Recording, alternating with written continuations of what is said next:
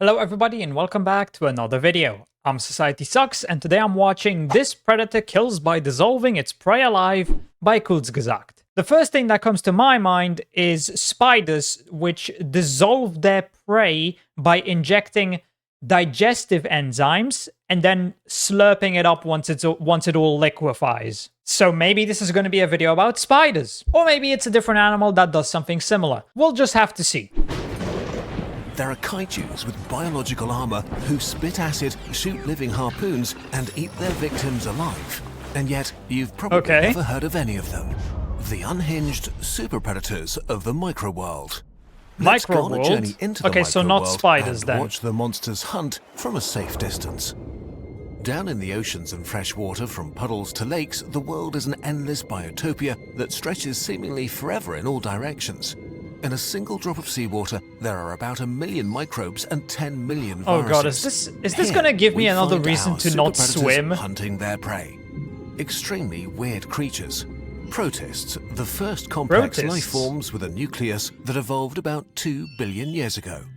They are the ancestors of all animals, plants, and fungi. Today, there are up to 10 million species of protists, and we have yet to identify most of them. But we know that they are incredibly diverse and bizarre aliens who are blurring borders that are... Hold on, isn't one of these things something that can kill you if it gets up your nose when you're swimming? And there's like no way to cure it or stop it? And it ends your life in like, what was it, 14 days? I think I watched a video by Kurzgesagt on that as well. I think it was some sort of amoeba that gets into your brain and basically eats it or something like that. Clear in our world. Imagine a lion that stretches its leaves in the sun before it kills an antelope by splitting its head and shooting a poisoned tongue at it. This is the kind of madness we're dealing with here. Okay. Let's observe how some of the most badass kaiju protists hunt and kill. Killer turtles with poison spears. Turtles? A swarm of Coleps hurters. Unsettlingly poisonous 0.06 millimeters. Covered by a hard mineral armor made up of plates that fit tightly together and have pretzel-shaped openings. This protection makes it really hard for other protists to bite and hurt them. Between the plates, hundreds of cilia emerge, hair-like structures that beat in waves and make the hunter spin like a drill as it shoots forward. With their fast, drill-like attack, they can bore into their victims and rip out chunks. What makes Coleps even more unsettling is that it often hunts in packs like velociraptors. It's not like they coordinate, but Coleps are attracted by the smell of death. They like to eat all kinds of other protists or single-celled victims, but they're also not afraid to attack things much larger. What's that? The swarm seems to be getting excited. They've spotted a huge victim. A zebrafish that recently hatched from its egg. A larva. Its skin is still soft and transparent. It's 50 times larger than Coleps.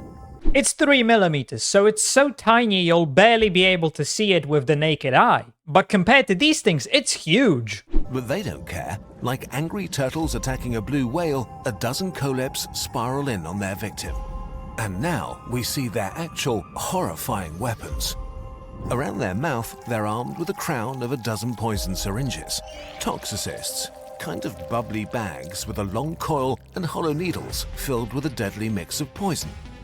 As the Coleps smash into the zebrafish, their syringes discharge explosively, piercing the soft skin of the zebrafish. A unique cocktail of 19 different chemicals is injected. They dissolve membranes, 19 different chemicals burst open and die, and causing gaping wounds in the skin of the tiny animal. Coleps drill into the dying tissue, boring and ripping out chunks. The zebrafish shudders frantically and desperately tries to get away, but the unhinged kaijus follow and attack over and over. And it gets worse.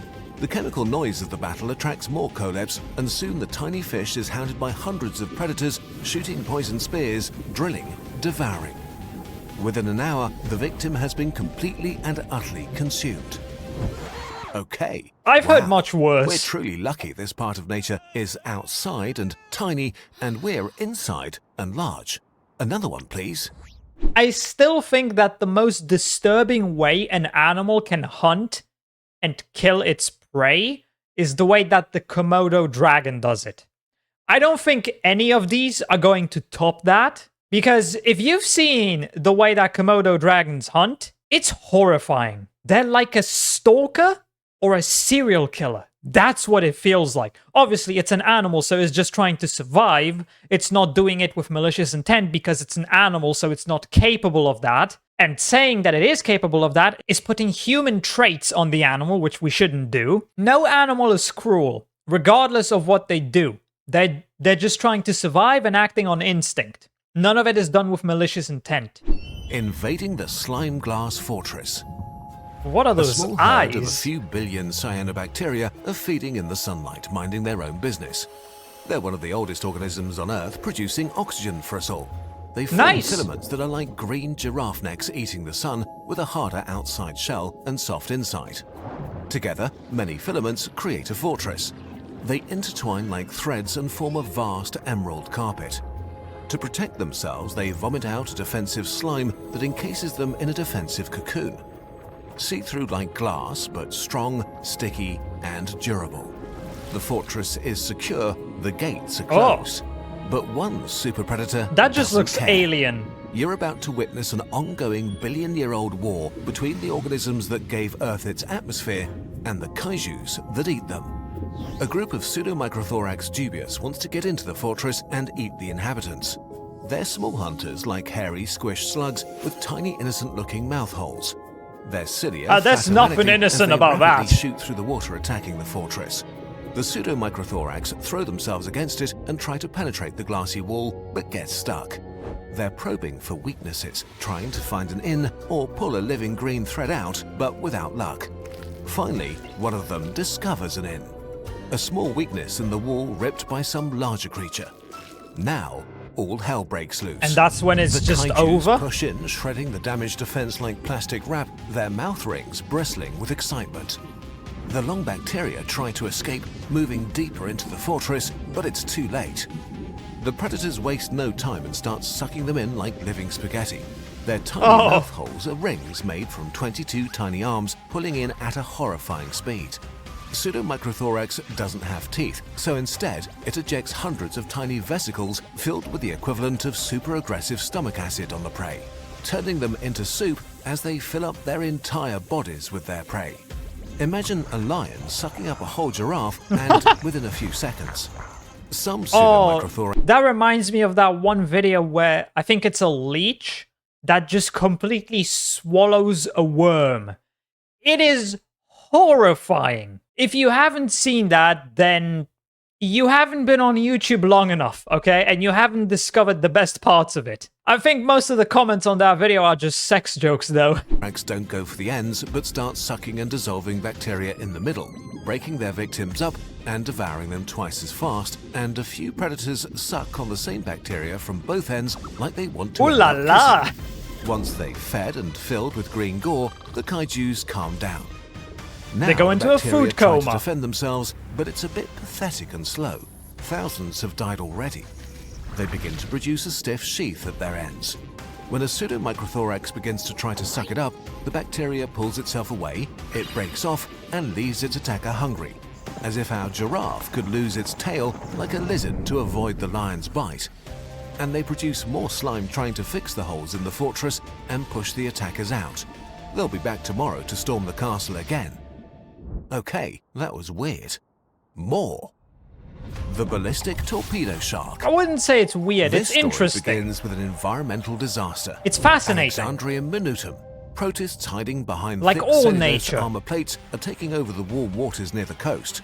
Within days, billions turn into quadrillions. A toxic algae bloom is clouding the water in rust-red curtains. Each of them is a chemical weapons factory vomiting saxitoxin, one of the most potent neurotoxins on Earth. Fish flee or die, shellfish store it inside and become incredibly dangerous for humans to eat. But this explosion is waking up our final monster that's waited out times of famine in the form of a spore. Now that prey is all around. Podocricus cafordii, the mecha fusion kaiju, awakes. It's a merger of 4 individual semi-beings that act as one bigger cell and looks like a stack of fused macaroons with very disturbing filling. 8 flagella emerging from the grooves between them enable it to move quickly in all directions. Its favorite prey are other protists that cause toxic blooms, making it an accidental ally to humanity. And it turns out Polycrechus is one of the fiercest super predators of the microworld, with a weapon of unprecedented power and complexity for a single cell. The Nemeticist Teniacist Complex, a double-barrel harpoon gun. It makes Polycrechus a dominant and horrifying predator that packs a punch way above an animal of its size. So let's watch it hunt. Polycrechus eerily behaves like a shark. Instead of just going for Alexandrium straight on, it begins to circle it. It circles its prey. Closer and closer, as if it was sizing up its prey. Let's slow down time so we don't miss anything. Suddenly, Polycrechus attacks. It shoots it out and draws it in, I'm guessing. Teniacist complex discharges, its top explodes off, and a finger-like dart smashes into the hard shell of the Alexandrium. It ruptures and covers the prey in a layer of slime. Just a moment later, the second stage fires. A long coil with a sharp head unspools explosively, traversing the distance, pierces deep into the prey cell, and anchors itself firmly. Alexandrium desperately launches its defenses, crystalline trichocysts, hard little hedgehog spikes supposed to free itself, but to no avail. Polycrechus is too powerful and hungry. Slowly, the line begins to retract, putting the it draws it into in. its now emerging mouthhole until its entire body is inside the monster, giving it a weird, bulky appearance. Now, trapped within, the prey is showered in acids that dissolve it alive as it powerlessly struggles to escape. Just as blood draws more sharks, more and more Polycrechus awake or are attracted and begin killing so mercilessly that they actually contain and then reduce the toxic algae bloom. In the end, a balance is reached and the toxic spectacle ends. The kaijus that live deep down in the microworld are not good or evil, they're just life trying to survive a billion-year-long war that will only end when the sun... That's all of nature. None of it is evil. It's just trying to survive. Calling nature evil is wrong because you're applying human traits onto animals. Animals cannot be cruel. They merely follow their instinct and try to survive in the way that their bodies are made to survive. Calling it evil or cruel is just flat out wrong. It's incorrect. Sun burns our planet sterile. We're lucky enough to be large enough to not be aware of it, but next time you go for a swim, remember, there's so much going on in a drop of water. I mean, yeah, this was really good. Hands down, one of the best videos by Kurzgesagt ever. The animation was top-notch and just really good. Really, really good. Obviously, the way they present this makes the actual subject sound a lot more interesting than it actually is. Because obviously these things don't look like tiny little Godzilla monsters. They're just little cells, you know, doing their thing. If you actually looked at this under a microscope, it would look really boring. Because that's real life. Here, it's presented in a way that's much more interesting because obviously this is entertainment. But it's still a good video to get you interested in the subject. Other than that, I don't think I really have much to say here. Nature is crazy, it's very interesting, but from our human point of view, sometimes it could be considered cruel. But that's only because we're humans and have a sense of morality, something which animals lack. But anyway, that's it for this video. I hope you enjoyed. If you did, please consider subscribing and leaving a like. If you want to see more reactions, check out this video right here. And with that, I hope I'll see you in the next video.